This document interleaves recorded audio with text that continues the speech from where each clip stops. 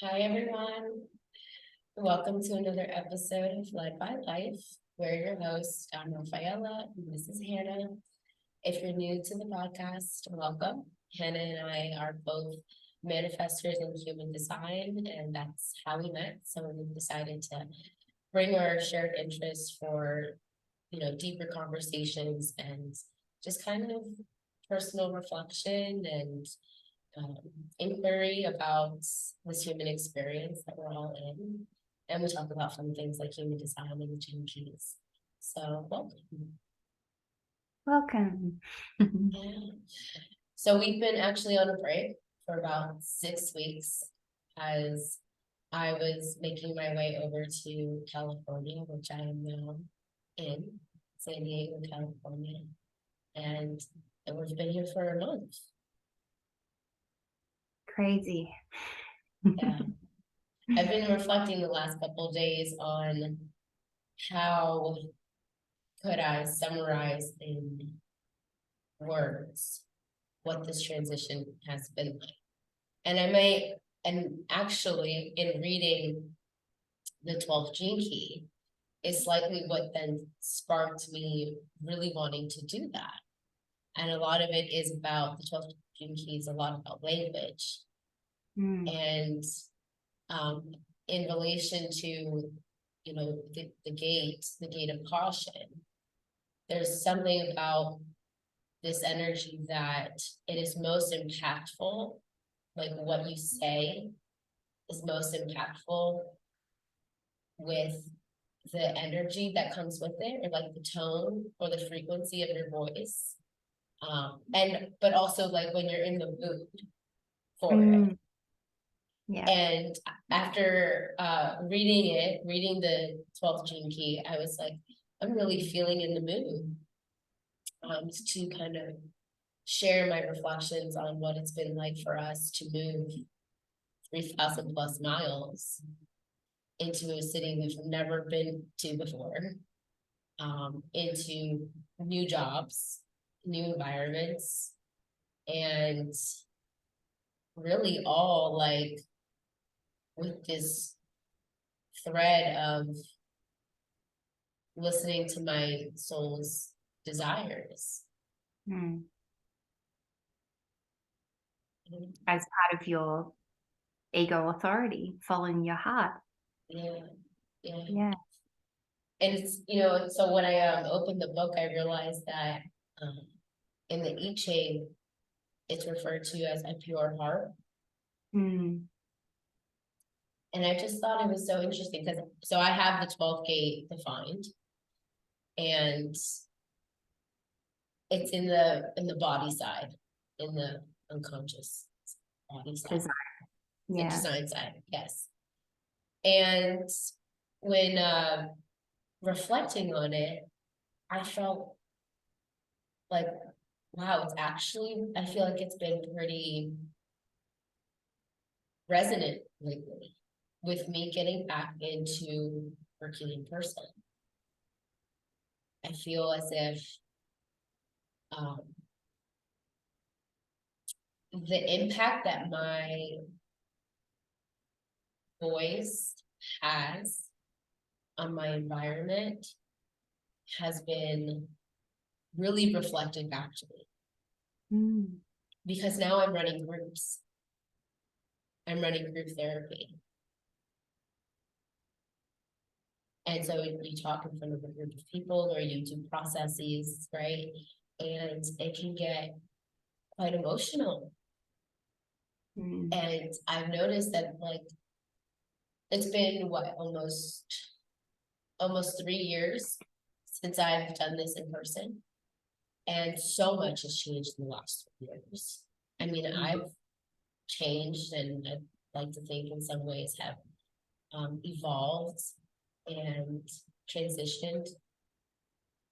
And so it's funny because going in a couple different ways here, but the shadow is vanity.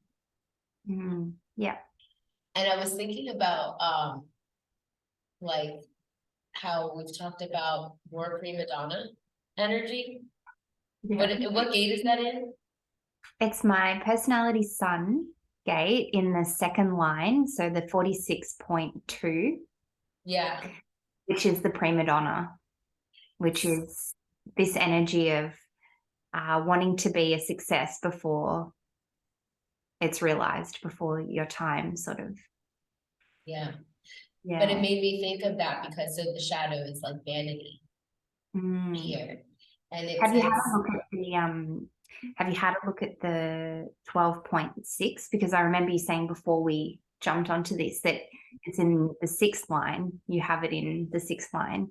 Have you had a look at that, what it says? so I don't remember what it said, but I do know that it's like archetype in the sixth line is metamorphosis, which really makes sense to, what I was going to share is that,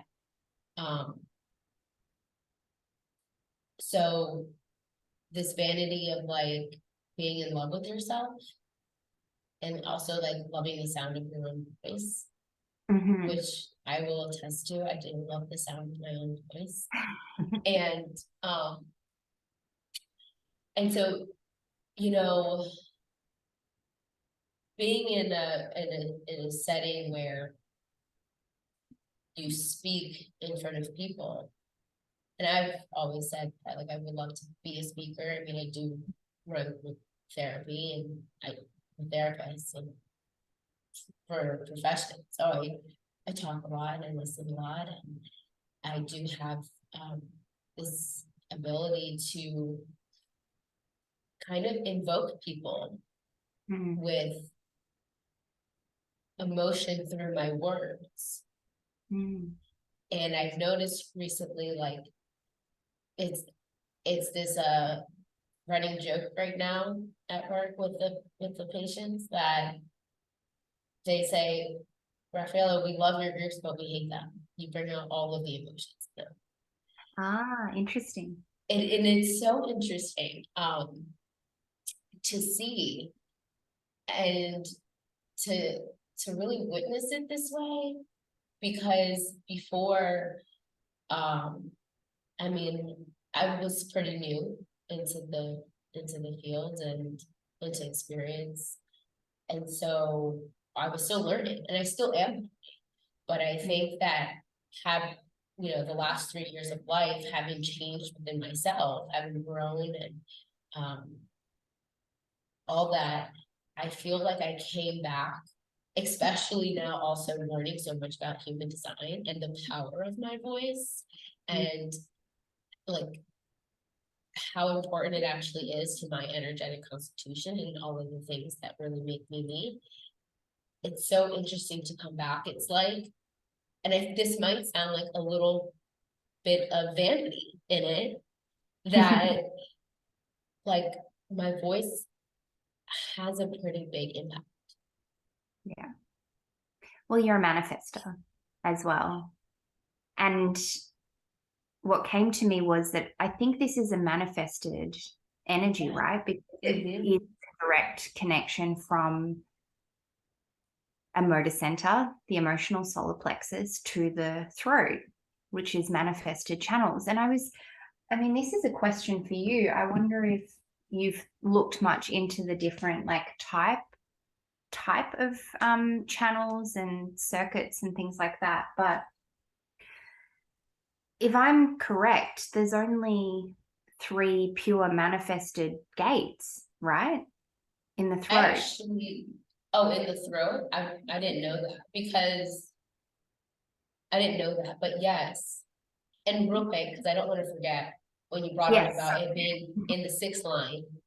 Yes. And the metamorphosis, that's what I also meant to say about witnessing how impactful my voice can be, but not only just for others, but for myself. I mean, being in these processes with people and seeing them literally go through a metamorphosis in front of me, but then also myself, whether it be through my writing or through our podcast or through me just using my voice to share, to express, whatever it wants, whenever it wants, feels like a metamorphosis kind of quality. Like all I keep thinking is about the changes that like caterpillars and butterflies go through. Mm. Well, it's the role model, isn't it? The sixth line. And that's what I was going to ask you. Like, what was your earlier, like what your thoughts are on like what your understanding about the sixth line, the qualities of a sixth line.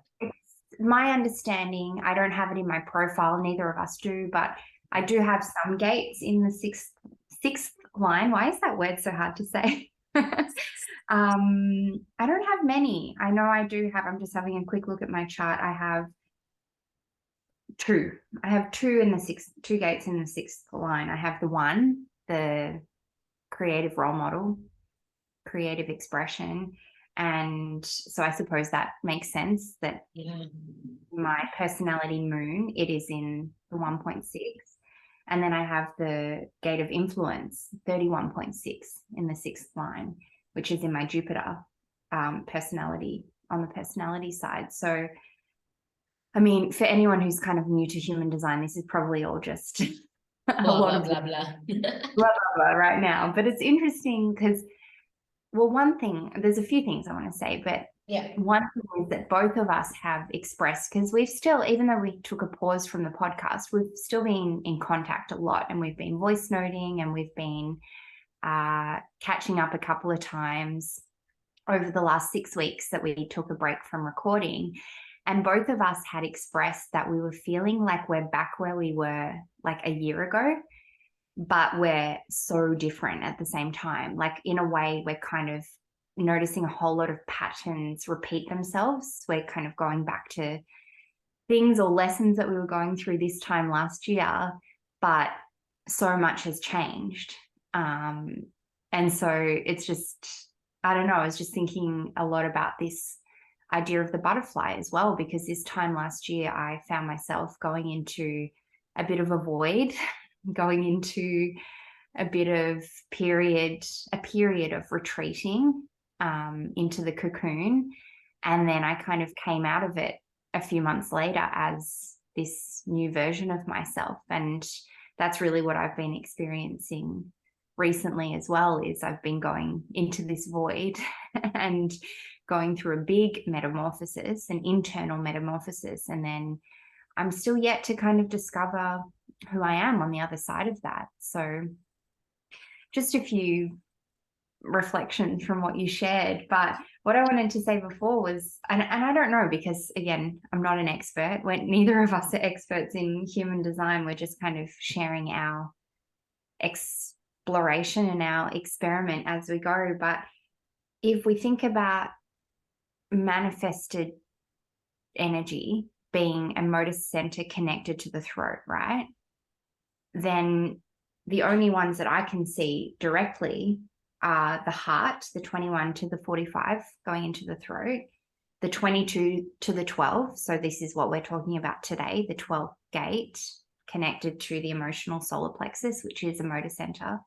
And then the 35 to the 36, which is the throat again to the emotional solar plexus. So I don't know, I have to like properly read the book on this, but I just think it's interesting to like have that kind of layer of perspective, that this is a manifested energy. This is a manifested gate. And so of course it makes sense that you can see that direct impact that that manifested energy has on the people that you interact with. I mean, you're also a fourth line, so you have this like community, this sense of community.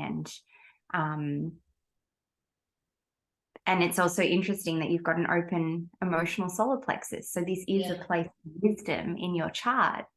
This is a place you can gain great wisdom. And it's interesting that you mentioned that you notice that impact that it has on your clients and their emotions and how they feel their emotions. And in a way, it's a little bit triggering to be forced to feel our emotions.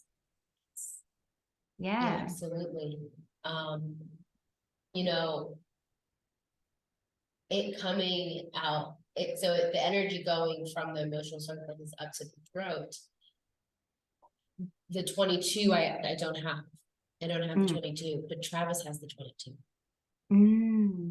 And I know when I was reading like the channel is called The Design of a Social Being.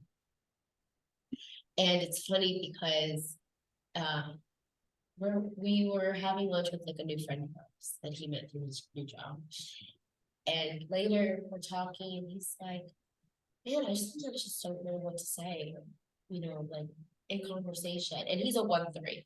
So from my understanding, yeah, and not from my understanding with not knowing a lot, like that's very internal, like that's very to themselves in their groove, in their thing, just and so I was like, when I read that this is a line of the design of a social being and that we make up the channel, it's no wonder why, like, when we're in social settings, one of us is carrying usually a conversation and the other one is usually like making sure that the people around us are like have that what they want, or like if everything's good for them, which I'm usually the one that's asking 1,000,000 questions and Travis chimes in here and there, but then he also just makes sure that everybody is like okay. And it's funny because the 1-3 profile, if I remember correctly, is called the martyr. Investigator martyr, I think. Something like that, right? Yeah. So yeah, but not that he's like a martyr, you know, every time we go out, right? Sacrificing himself for the greater goal or anything. But yeah, it was just so back to your point of like it being a manifested channel, essentially like what we're talking about here is these energies are created from within the person. Like you don't necessarily need anything outside of yourself to create this. Now, what I'm learning is that my mood will impact how I say it and when I say it, which is a lot of like this gate of caution. And so it's important to like know, like if I'm not in the mood for something or I don't want to do something, to be careful of like what I say or what I do. Which I probably could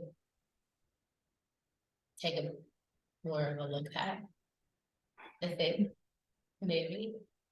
But yeah, so it's been showing up, and back to how like it has this shadow quality of vanity.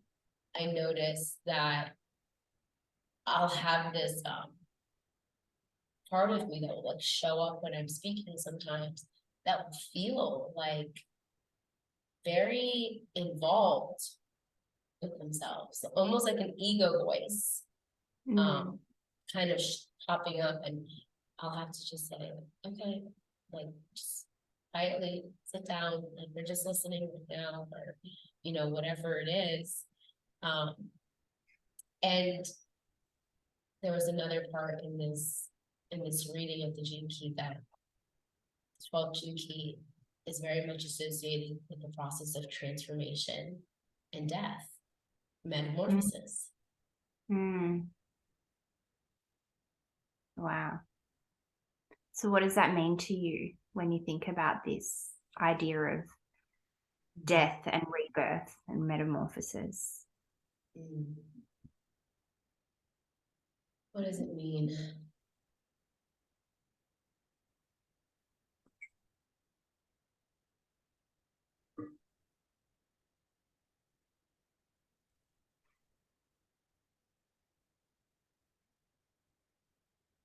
You know, something about the gift of discrimination is popping up for me. But I'm not sure if I know exactly like what all of those things mean. Like, it just sort of feels like a lot of change could happen through this frequency. A lot of impact could happen through this frequency. Yeah.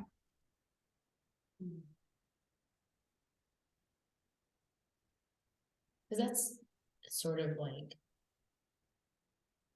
what I've been recognizing lately with the use of language, is that it can come with a lot of emotion sometimes, and I might not even know what it is. I just have to like kind of sometimes like talk it through, and then I'll find out like, okay, this is what I'm feeling. Where I feel like some people who actually have the whole channel, I've heard, they might have that backwards. Like I have to feel what I'm feeling, and then I can talk it through of sharing it in some way. Or people who have the whole channel defined, like they can just talk through their emotion. I mean, they feel their feelings too, but they can just talk through it. Whereas like I actually have to feel the feelings. And then because I have that 22 open. And then once I'm like, and maybe that's the wisdom of, you know, I don't know how much of I don't know much about the 22, but knowing that it's connected to or coming out of the emotional solar plexus, like feeling the feeling is really important. And then maybe that's where what I share can have such an impact, because I've been through that like alchemy of whatever is happening when the emotions come up. Yeah.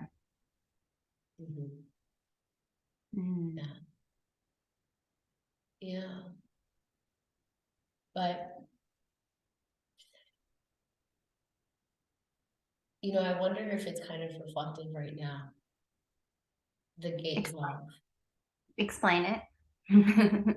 Like,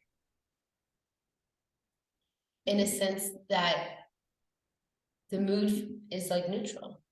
The mood is neutral, and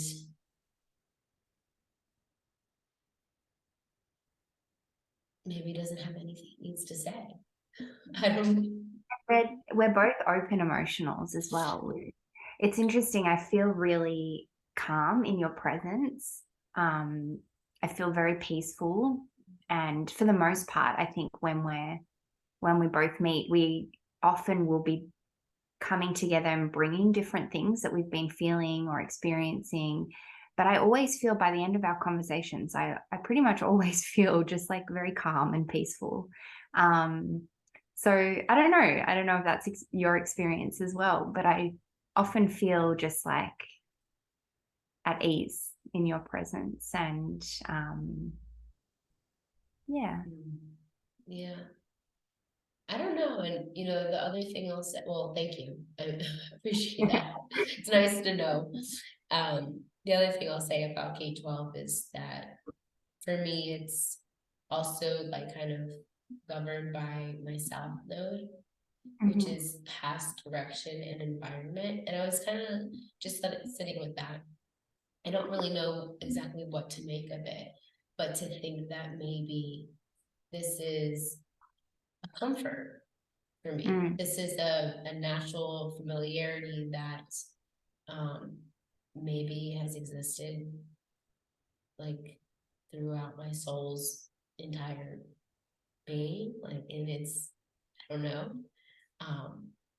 Because my understanding of like the South node is, the South node is sort of like what you're familiar with, like your comfort zone, what you can utilize to get you to your North node, which is more of like what you're reaching for, and where you might have to meet some challenges to kind of be with, or like get there or something. Yeah. And which symbol is it again? The South node. Is that the one more like a U? The South node, yeah. So it's like, it's the circle and the line, and the lines are up. The little bits are at the top. Yeah. Whereas like and then the North node is that, but upside down. So it's kind of like the North node reminds me of like an alien. Got a big head and two legs. Ah. And Okay. it's so funny because I'm looking at my chart, you can't really see it, but I'm looking at my chart on my phone. And so the 12th gate for me is the past direction, or sorry, the 12th gate for me is in my south node. And the 11th gate, which I also have to find, which is coming out of the ajna, yeah, it goes down into the throat, is governed by my north node, which is Interesting. future direction, and they're programming partners. I was just going to say, I feel like they're programming partners. Yeah, they are. Cool. I learned something really cool about programming partners yesterday. What did you learn? I just realized that in our incarnation cross, so the top two numbers on your right hand side, on the personality side, are your personality sun and your personality earth, which make up the first bit of your incarnation cross. Yeah. And then the top two on the left are your design sun and your design earth, which make up the second two numbers in your incarnation cross or gates. And they're each programming partners. So the 46 and the 25 for me are programming partners, and the 10 and the 15 are programming partners. I just didn't realize that before. Like it didn't click that It's so funny. in the incarnation cross, there's two sets of programming partners. Huh. So they're interconnected. Yeah, I think I knew that about the 63 and the 64, but I didn't know it was that way for both sides. And for everyone's incarnation cross, right? Huh. Oh, I'm going to So assume anyone it. who has 46 is going to have the 25 as well in there. I think. I'm pretty sure. Okay. Yeah, we'll go for it. We'll go roll. That can't even speak. We'll be We'll roll confident with in it. that. Yeah. Yeah. Oh, cool. And I don't really remember what was said about the programming partners of the 11th and the 12th. Oh, yes, it's right here. So it says, Vanity is a shield that, along with its programming partner, the 11th, shadow of obscurity, hides the truth from you. It's so funny because the next sentence right here, it says, for the kind of people who are drawn to reading this material, vanity is one of your greatest challenges. Mm. And it is, because it's like a deep love for yourself, right? A bit of a self-obsession as well. I think about the 10th shadow of self-obsession. Like it's necessary in our journey of self-discovery and inquiry, which really, like, what's the point of this journey that we're on? It's really, I don't know, open question to you, but I think that in a way it is to reach some form of self-realization or actualization, or, you know, like Richard Rudd would explain, embracing your higher purpose. So it's like, it's necessary. I'm pretty sure we've talked about this in one of our other episodes, but it's necessary in a way to be self-obsessed, self-focused, vain, to go through this shadow of vanity in order to recognize part of our journey of self-discovery and self-realization. What would you say? Well, one of the things that really stuck with me about the shadow of vanity is that it's one of those that Richard Rudd explains cannot be sort of dissolved until it is met at the city, which I believe is purity. Yeah. Right? I don't know if I remember right. Yeah. Yeah. And even when you think like the vanity has dissolved, it hasn't. It's just another one of those like really kind of like deep mind fucks of of like you can like it's like to me it just seems like a black hole that you can't even articulate. It just sort of it happens. But that's kind of like what I was thinking about. Yeah, it's another form of like spiritual ego. Like people who you see this a lot in spiritual communities, people who, in a way, and I think one of the expressions of the shadow frequency is like elitism.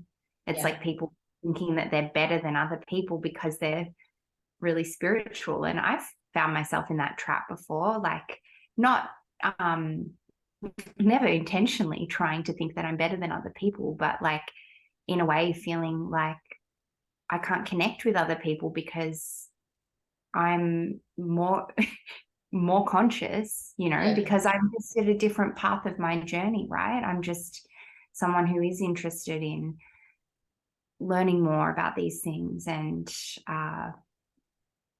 do you know what I'm trying to say?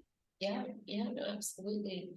Because it brings me to the gift of discrimination. In some way, what the vanity leads you to is this quality of being able to, what he says is pick out that which is not authentic. Right? True. And so, you know, people who carry this quality, or I mean, everybody can have their experience with the 12 gene key. And the gift really is this ability to recognize what is going to be best serving for you.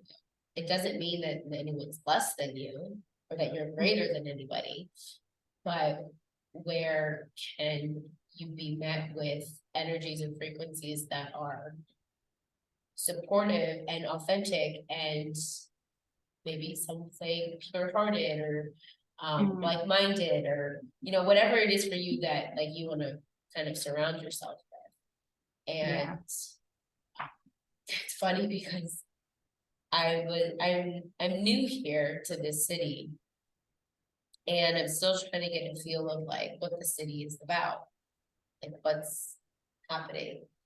And I've, you know, don't come out and like kick me out of the city, San Diego, but I'm just not really sure that I'm getting a very authentic feeling from the city. And I've been thinking about that.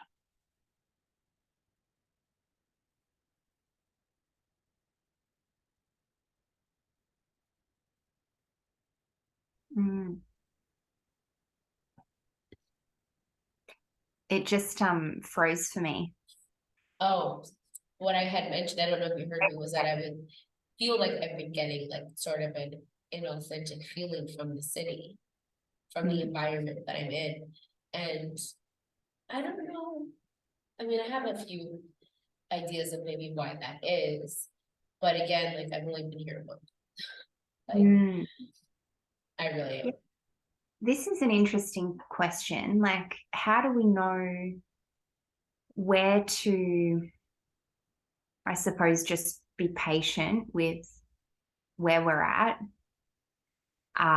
and where to, what do I even want to ask? Because everything's going to be more challenging at the beginning. We've talked about this a lot. Like things are challenging at the beginning. Change is always hard. You're stepping into some form of unknown. But then at what point do you discern or discriminate, I suppose, like whether this is authentic or not? And this perhaps is where strategy and authority needs to come in. Like you did trust your heart with this decision. It doesn't mean that you're going to be where you are forever. Of course not. Yeah. Did that question really make sense?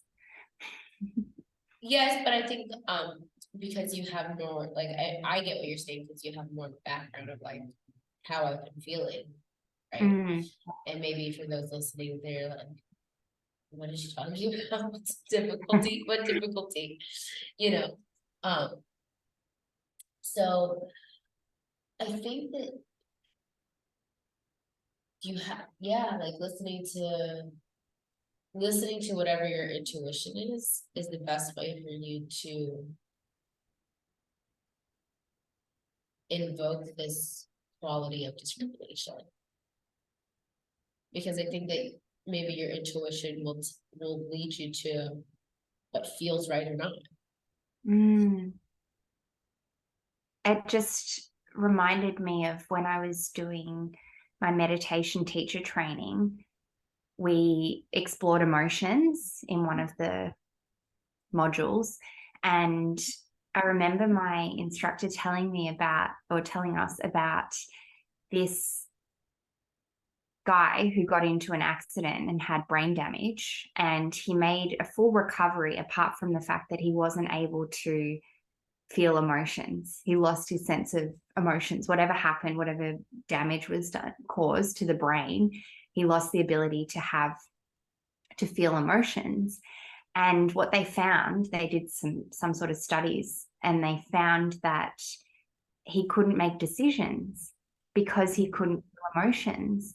And I mean, don't quote me on this because I'm just kind of recalling it from when I did this training years ago, but I just remember learning that our emotions are so necessary in order to make decisions. Without our emotions, we can't, because what came up was he had this decision between, his doctor asked him, do you want to meet at this time on Tuesday or Thursday? And he just could not make a decision because he didn't have any sort of sense of emotion tied to it. Whereas everyone else would be like, oh, well, I mean, Tuesday feels better because of X, Y, Z, you know, like it can, our emotions help us to make decisions and help us to determine or discriminate from one choice to the next. Yeah. Well, I like to say that they're messengers. Right. And so in relation to, like, again, the 12th gate in human design, it having this quality of what is it? I don't even remember because it doesn't matter. That again, like, if you don't feel like doing something or you're not in the mood, to take caution of what it is you're about to say or do. And I think that comes from being informed by having feeling. Some people actually have like emotional authority. I don't. I have ego authority, and so I've learned that if I'm like determined, just feeling desired or have what is it? If I'm feeling really, a will, or motivated. There you go. That's what I was looking for. Or motivated to do something. But then again, if you think about those, they're like their emotions, their feelings, right? I'm gonna feel determined to do something, and that's gonna inform that this thing is what I really want to do. So it's interesting. Huh. Yeah. But I'm not but it's funny because I'm not an ego authority, which ego authority, from what I understand, like they have to like ride the emotional wave before they even make it. Yes, that's what I meant, emotional authority.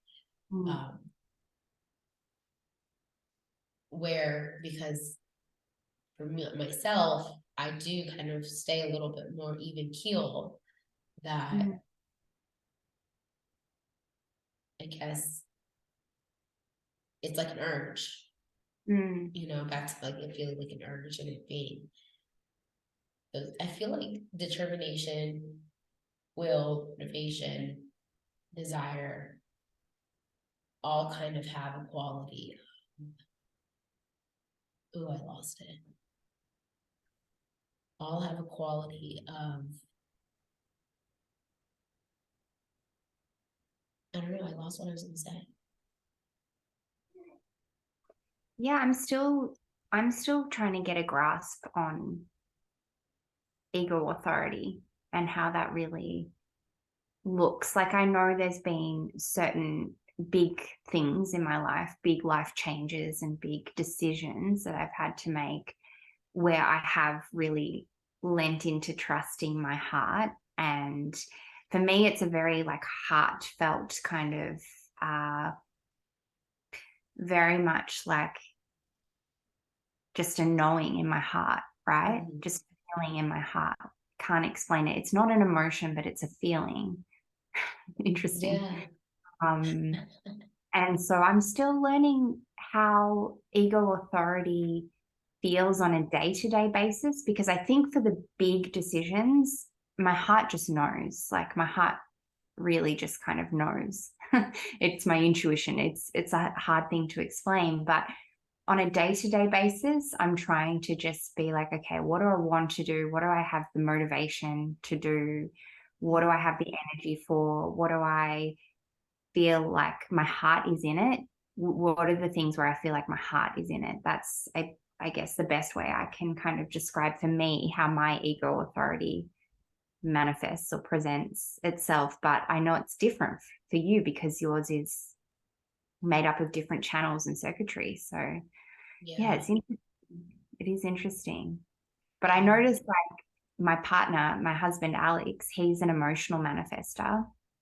And so he has that emotional authority, and he doesn't have this channel. I don't think he's got the, oh, I don't know. I don't know what channels make him an emotional It manifester, has to but be one of those two. If not this one, then the one. well, not necessarily, because he Really? has, I think as long as you've got the emotional solar plexus defined, then that makes you that makes your authority. It's something to do with like the positioning. If it's lower down, I honestly don't know. I'm not a human design reader, but I notice his process of like feeling into things, feeling into decisions, and he does need to ride out that wave. I notice it in him, and it's interesting. Whereas for me, I'm just like, do I want to do it or not? Yeah. Do I, what's my heart telling me? All right. You know, it almost feels a little bit more spontaneous, a little bit more like able to access in the moment, whereas emotional authority, you do need to ride out that wave. From my understanding, again, I can't know what that feels like, but Right. it's so fascinating. It is. It's interesting to see other people in their own being. In their process. And in their process. Yeah, absolutely. So yeah, I mean, I would agree that sometimes it's a felt sense that can't even be described. Your ego authority. Yeah. Yeah. Yeah. I want to know, and I think maybe this is part of our journey together as we explore all the different energies and the gates and the gene keys, and we share our stories and our experiences through our own perspectives and journeys. I want to know what the purpose of the ego manifester is. I want to know what we are designed to do, to share with the world, because I know it's quite a rare authority. I want to know. Maybe that's something that will become more clear as we continue on. What's your feeling? What's your sense? Well, the first thing I thought, which is just manifestor quality anyway, is to have an impact. And I think it's to have an impact, honestly, if we're talking about specifically ego authority, in being sort of this initiator of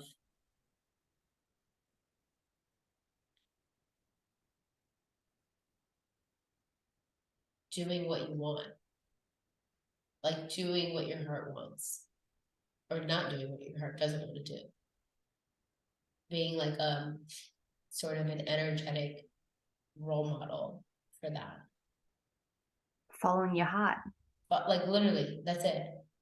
I feel like that's what comes to me. The purpose of an ego manifestor would be to be this embodiment of following your heart. Where does your heart lead you today? Not egoic in the sense of trying to get things. It's egoic in the sense of what's in it for me, so that I can then be that demonstration, that leader, that it is okay to follow your heart, your individual heart. Yeah, because if you think about it, if you don't do that and you don't take the initiation on whatever it is, then other people in the world can't get their part of the game going. Like the generator or the projector or all these, from my understanding, they're all kind of like waiting or utilizing what manifestors start. And so I think it's to initiate whatever it is that your heart desires at that moment. I don't think we were talking at the same time, but I had asked, like, what does your heart feel like doing today? Are you asking, or is this just like a question? No, I was actually asking. Oh, what does my heart feel like doing today? It just feels like being. It just feels like being. I know that's not really. Yeah, I was like, what is that? Like, just not putting pressure. It feels like a bit more of a restful day. And it could change. It could change in the moment. It feels a bit spontaneous, that heart. Yeah. Yeah, I don't know. We took a little bit of a detour out of the 12th gate and gene key into authority. Maybe that's a little bit of my vanity, wanting to just talk about myself. I do not have this defined in my chart. So probably even more so, like, what wisdom you gained from it, right? What wisdom do I gain from the 12th? No, not asking. I'm saying, like, probably, like, not having it defined. You gain wisdom from this. Like, you have a learning or a teaching here, where I think that's why sometimes, like, I don't like to just talk to talk. Like, that's not it either, right? But if it is, again, if it's in my south node, if it's in my unconscious, like, if it's in my design side, and it's also defined, it being defined, then it makes me realize that this is sort of a quality or a gift that I just embody, and I go through the frequencies more consistently. And I think that's also where a lot of my desire to be a speaker or share, like, express or share through words, through language. Yeah. That's the 12th. That's the 12th. Yeah. Yeah. If anybody has the 12th or resonates with anything or has questions or, wants to share with us what it's been like to explore your own human design, and I would love to hear it. You can go into our Instagram or just comment below the video, and next time we come together will be on the 13th, and see what that will bring. See what comes out of that one. Yeah, absolutely. Yeah. All right. Right. See you later. Take care, everyone.